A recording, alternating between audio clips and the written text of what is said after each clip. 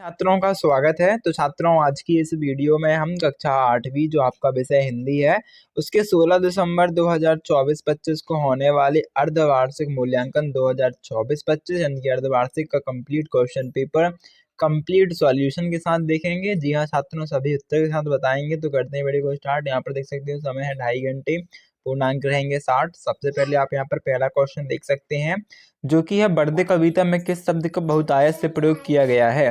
तो यहाँ पर जो है आपका नव जो है इस कविता का सबसे ज़्यादा प्रयोग किया गया है। इसके बाद है वर्दे कविता के रचयिता कौन है। तो इसका उत्तर रहेगा सूर्यकांत त्रिपाठी निराला जी हैं। श्री राम बाली के सामने आकर क्यों नहीं लड़े? क्योंकि उसे वरदान प्राप्त था, उसे पर्याप्त वरदान के कारण, है ना।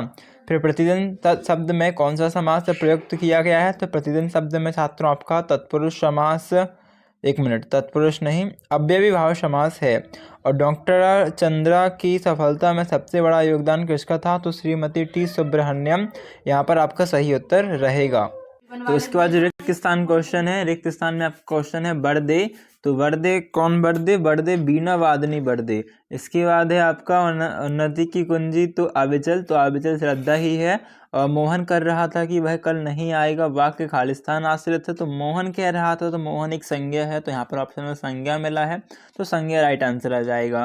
फिर वीर जननी शब्द में खालिस्तान समास है, तो समास तो यहाँ पर सिर्फ एक ही लिखा है, वो है तत्पुरुष, तो तत्पुरुष आपका उत्तर आ जाएगा। और मध्य प्रदेश, तो जो एक ऑप्शन बचा आपका आदि मानव, आदि मानव की जीवन स्थली के रूप में दिखाई देता है, आंसर आ जाएगा। इसके बाद आपका अगला क्वेश्चन देख लेते हैं, अति लघु उत्तरीय प्रश्न 11वां। बर्दे कविता में संसार को प्रकाशित करने वाले भाव को व्यक्त करने वाली पंक्ति लिखिए। तो इसमें देखो उत्तर कैसा लिखना है आपको। उत्तर रहेगा बर्दे बीना वादनी बर्दे कविता में संसार को प्रकाशित करने वाले भाव को व्यक्त करने वाली पंक्ति है। ये पूरा का पूरा क्वेश्चन से, है ना, ये पूरा क्वेश्चन से लिखना है। और उसके बाद आपको अलग से लिखना है, अपने ज्ञान के प्रकाश से इस संसार को प्रकाशित कर दो, इस पंक्ति का ही अर्थ निकल रहा है। तो आपको ये पंक्ति लिखनी है। और यदि आप चाहो तो इस क्वेश्चन, इस आपको ये पोयम याद है तो ये पोयम भी लिख सकते हो, ठीक है। अथवा में कोई एक उत्तर लिखना है, ठीक है। अथवा में आप ये याद कर सकते हो, काट अंध और के वंदन स्तर पर जहाज ज्योति मर निर्जर कलुष भेद तमर प्रकाश भर जगमग कर दे, ये आप लिख सकते हो। ओके, कोई एक याद कर लेना। अगला क्वेश्चन देख लेते हैं, हम विरोधी को आत्मविश्वासहीन कैसे कर सकते हैं। तो आत्मविश्वास होने से मनुष्य उत्साह पूर्वक अपने लक्ष्य में सफल होता है, जिसके द्वारा वह अपने दुश्मनों को आत्मबल से रहित बना देता है, यानी कि आत्मविश्वास से हीन बना देता है। साधनहीन पांडवों ने अपने आत्मबल से कौरवों को निराश और बलहीन कर दिया था। इस प्रकार से आप उत्तर लिख दीजिएगा। अगला क्वेश्चन देखते हैं वो क्या है। तो आपका अगला क्वेश्चन यहाँ पर है, बर्दे कविता में कवि हर वस्तु को किस रूप में देखना चाहता है। आशीर्वाद और प्रणाम शब्दों को शुद्ध वर्तनी में लिखिए। तो इसका उत्तर आपको यहीं पर बता देते हैं। देखो, आशीर्वाद जो है वो हम ऐसे लिखते हैं, आशी और वाह में जो है रा की रेफ आती है। और प्रणाम जो है, प्रणाम में रा की रेफ ऐसा होती है, प्रा और नाम। इस प्रकार से आपका 14वें का उत्तर है। अभी 13वां क्या है, बर्दे कविता में कवि हर वस्तु को इस रूप में देखना चाहता है। तो इसका उत्तर इस प्रकार रहेगा कि बर्दे कविता में कवि सूर्यकांत त्रिपाठी निराला, या फिर लिख सकते हो केवल कवि। बर्दे कविता में कवि प्रकृति की हर वस्तु में नया रूप देखना चाहता है। किस रूप में? तो नया रूप में देखना चाहता है। वे चाहते हैं कि प्रकृति में कोई भी वस्तु अपने पुराने स्वरूप में न बनी रहे, और वे चाहते हैं कि प्रकृति में मधुरता, भावुकता और सजीवता हो। इसके बाद देखते हैं अगला क्वेश्चन क्या है। तो योग किसे कहते हैं, और भीमबेटका जिला रायसेन में आप कौन सा प्रसिद्ध स्थान देखना जा सकते हैं। तो यहाँ पर आपको उत्तर लिखना है क्या कि योग क्या है। तो सरल शब्दों में कहें तो योग वह प्रक्रिया है जिसके माध्यम से हम अपने शरीर और मन को स्वस्थ रखते हुए आध्यात्मिक विकास करते हैं। या फिर इतना लिख सकते हो कि शरीर और मन को स्वस्थ रखते हैं, बस इतना ही काफ़ी रहेगा। फिर भीमबेटका तो भारत के मध्य प्रदेश प्रांत के रायसेन जिले में एक स्थित पुरा पाषाणिक आवासीय पुरास्थल है, और आदि मानव द्वारा बनाए गए शैल चित्रों और शैलाश्रयों के लिए प्रसिद्ध है। इन चित्रों को पुरा पाषाण काल से मध्य पाषाण काल के समय का माना जाता है ना। तो यहाँ पर हम इन्हें देखने जा सकते हैं, इस प्रकार लिख दीजिएगा। अगला क्वेश्चन देखते हैं वो क्या है। तो अगला क्वेश्चन आपका 17वां है, लघु उत्तरी सुख का एक द्वार बंद होने पर तुरंत दूसरा द्वार खुल जाता है, इस वाक्य का आशय लिखिए, है ना। तो इसका मतलब बताना है क्या होता है। इसमें आपका उत्तर इस प्रकार रहेगा कि सुख का एक द्वार बंद होने पर तुरंत दूसरा द्वार खुल जाता है। इस कथन का आशय है कि जीवन कभी भी एक समान नहीं रहता, जीवन में सुख और दुख दोनों आते जाते रहते हैं, यह इसका उत्तर रहेगा। ओके, अगला क्वेश्चन देख लेते हैं वो क्या है। तो आपका यहाँ पर अगला क्वेश्चन है संयुक्त वाक्य किसे कहते हैं, उदाहरण सहित लिखिए। 18वां क्वेश्चन है ना। इसका उत्तर कैसा लिखना आपको बता देते हैं। तो देखो, संयुक्त वाक्य क्या है। संयुक्त वाक्य वह वाक्य है जिसमें दो या दो से अधिक स्वतंत्र वाक्य खंड योजक जैसे और, लेकिन या द्वारा जुड़े होते हैं। तो ये क्या है, ये खंड संयोजक हैं। इसे ना भी लिखो तो चल जाएगा। ऐसा लिख सकते हो कि वह वाक्य जिसमें दो या दो से अधिक स्वतंत्र वाक्य जैसे और, लेकिन या द्वारा जुड़े होते हैं स्वतंत्र संयुक्त वाक्य कहते हैं। उदाहरण, राम स्कूल गया और श्याम बाजार गया। यहाँ पर दो वाक्य किससे जुड़े हैं, और से, तो ये क्या है, संयुक्त वाक्य है। इस प्रकार उदाहरण लिख देना है। अगला क्वेश्चन देखेंगे छात्रों क्या है। तो आपका अगला क्वेश्चन है, मोहनदास गांधी जी के विलायत जाने के संबंध में उनकी माँ के मन में क्या दुविधा थी। तो 19वें क्वेश्चन का उत्तर बता देते हैं आपको। तो यहाँ पर से आप देख सकते हो आपको 19वें क्वेश्चन में क्या उत्तर लिखना है। तो कुछ इस प्रकार से इसका उत्तर रहेगा 19वें क्वेश्चन में कि महात्मा गांधी जी के विलायत जाने के संबंध में उनकी माँ के मन में यह दुविधा थी कि विलायत जाकर उनका बेटा मांस मदिरा का सेवन करने लगेगा। महात्मा की और उनके परिवार शुद्ध शाकाहारी परिवार था, तो यह कारण आपको उत्तर में लिखना होगा। अगला क्वेश्चन देखेंगे क्या है। तो आपका अगला क्वेश्चन देख सकते हैं जो कि है, बर्द कविता में कवि ने वरदान मांगने के लिए देवी सरस्वती को ही क्यों चुना, है ना। तो इसमें उत्तर कैसा लिखना है यह देख लेते हैं।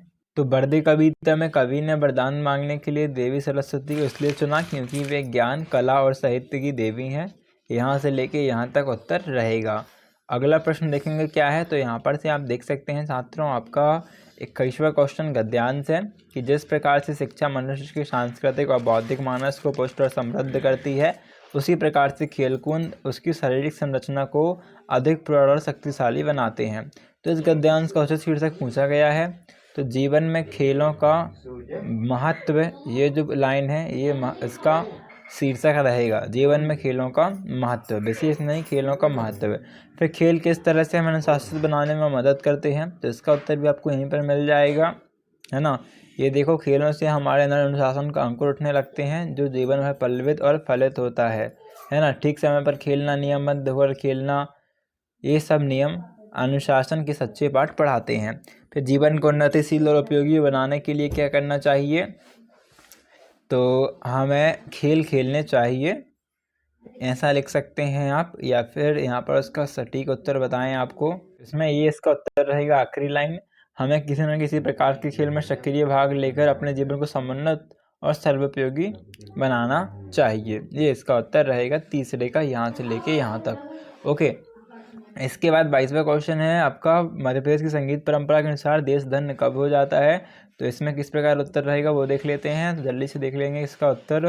तो जब देश के नागरिकों में संगीत के प्रति प्रेम और अनुराग प्रकट हो जाता है तो देश धन्य हो जाता है, तब देश धन्य हो जाता है। यहाँ से लेके यहाँ तक आपका उत्तर रहेगा। ओके, अगला प्रश्न क्या है वो देख लेंगे। 23वां क्वेश्चन है, मध्य प्रदेश की संगीत विरासत पाठ में वर्णित संगीतकारों में आपको कौन सा संगीतकार अच्छा लगा और क्यों, बताइए। तो इसका उत्तर देखते हैं। प्रस्तुत पाठ में आए संगीतकारों में सबसे अच्छी संगीतकार लता मंगेशकर हैं। उनके गीतों में स्वर इस तरह पिरोया है कि हर भाव, धर्म और भाषा अपने स्वरूप में व्यंजित होते हैं। इसी कारण वे समोच्च राष्ट्र की गायिका हैं। तो इस प्रकार से आप इसे यहाँ तक उत्तर याद कर लीजिएगा। ओके, तो देख लेते हैं इसके बाद आपका अगला क्वेश्चन कौन सा रहेगा। तो यहाँ पर से आप देख सकते हैं आपका अगला क्वेश्चन है, काट अंध उर के बंधन बहा जननी ज्योतिमन निर्जर। तो इसमें भावार्थ अपने शब्दों में लिखना है। तो इस भावार्थ देख लेते हैं। तो संदर्भ प्रसंग देखो इस प्रकार रहेगा इसका। प्रस्तुत पद्यांश हमारी पाठ्य पुस्तक भाषा भारती बर्दे नामक पाठ से अवतरित है। इसके रचयिता सूर्यकांत त्रिपाठी निराला हैं। और प्रसंग में आ जाएगा, प्रस्तुत पंक्तियों में कवि ने सरस्वती देवी से संपूर्ण भारतवर्ष में स्वतंत्रता की आवाज़ भर देने की कामना की है।